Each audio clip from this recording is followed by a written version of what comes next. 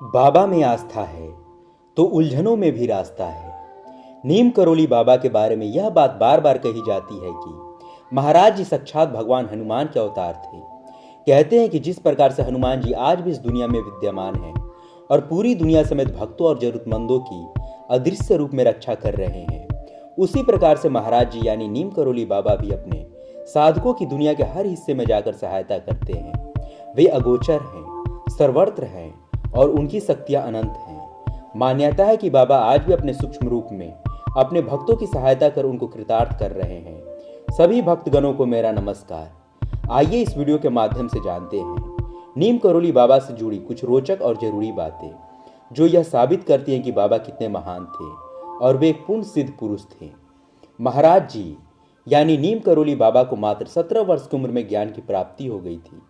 उनका वास्तविक नाम लक्ष्मण दास था और उनका जन्म उत्तर प्रदेश के अकबरपुर गांव में हुआ था। नीम करोली बाबा के पिताजी का नाम दुर्गा प्रसाद शर्मा था। उनके पिताजी ने बाबा का विवाह मात्र 11 वर्ष की उम्र में करवा दिया था। माना जाता है कि सन 1958 में बाबा जी ने घर का त्याग कर दिया था और वे पूरे उत्तर भारत में साधुओं की भांति विचरण करने लगे। बाबा को अनेक नामों से जाना जाता था। भक्त उन्हें संत लक्ष्मण दास, हांडी वाले बाबा, तिकोनिया वाले बाबा आदि कई नामों से पुकारते थे। ऐसा बताया जाता है कि गुजरात के बावनिया मोरबी में बाबा ने तपस्या की थी। यहाँ वे तलैया वाले बाबा के नाम से प्रसिद्ध थे। बाबा नीम करोली को ट्रेन से उतार देने और ट्रेन के ना चलने के बाद जब उनसे माफ़ी मांगी गई और उन्हें ससम्मान ट्रेन में बैठाया गया, तभी ट्रेन चल पाई थी। इस घटना के बाद से ही वे नीम करोली बाबा के नाम से विख्यात हुए।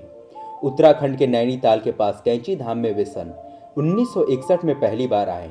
यहीं पर अपने आश्रम को बनाने के बारे में विचार किया और सन 1964 में आश्रम की स्थापना की थी, जो आज पूरी दुनिया में विख्यात है।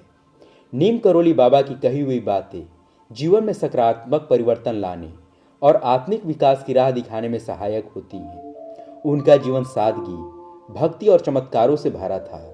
उनके भक्तों का मानना है कि उनकी शिक्षाएं आज भी अदृश्य रूप से जीवन का मार्गदर्शन करती हैं।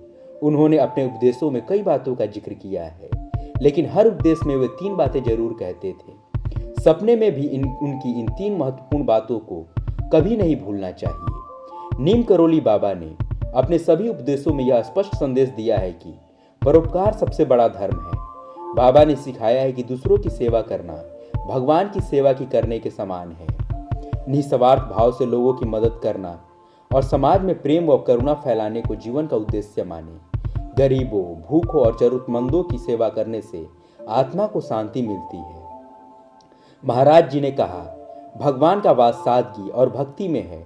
नीम करोली बाबा अपने साधारण जीवन और भक्ति से यह संदेश देते थे कि बाहरी दिखावे से अधिक महत्वपूर्ण भीतर का शुद्ध और विनम्र होना है।